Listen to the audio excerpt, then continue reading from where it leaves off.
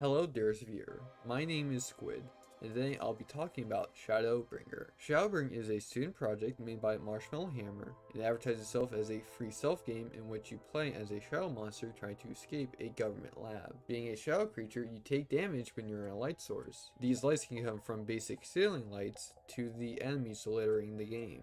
The game also gives you multiple abilities to get through the level, including a teleport, which obviously teleports you from one location to another. Shadow Grasp, which is your ability to attack. When you get behind an enemy and hold the F key, you can use telekinesis to choke out the enemy and then dump their body into the shadow realm. The final ability you have is called Visual Scan, which if you stand still, you can see every enemy and object in a nearby area. You can also traverse through the labs utilizing the vent system. You need to either collect key cards scattered around the level or hack into computer terminals in order to progress through the game. The main story of the game is given through flashbacks in which your character, represented through white text, talks to a voice in their head, represented with red text. The other method the story is told is through random lab notes sprinkled throughout the game.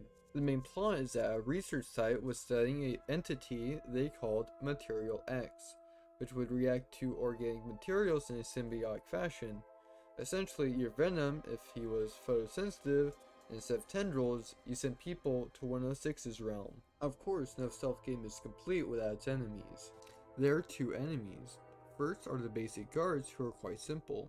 Whenever they are facing, a light is emitted, which of course damages you. If you sneak behind them, you can kill them using the previously mentioned Shadow Grass. The other enemy type are the elite guards, who are these big bulky dudes who don't emit light, but instead carry a shield which will give a flashbang-esque effect that insta-kills you. They also seemingly can't be killed with Shadow Graphs, although I could be mistaken. This, however, is where I discovered the big shortfalling of the game.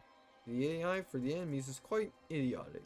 From what I can tell, they are completely deaf and can only see you if you're directly in front of them. However, even this isn't true for the elites, where on several occasions I would be directly in front of them and they still wouldn't see me. The only reason you can't just quickly run around and kill everyone is because Shadowgrass has a cooldown you have to wait. Overall, Shadowbringer is a fun if short stealth game, which despite the bad AI of its enemies, still provides a bit of fun for 30 or so minutes. In any case, I had a lot of fun making this personal project of mine.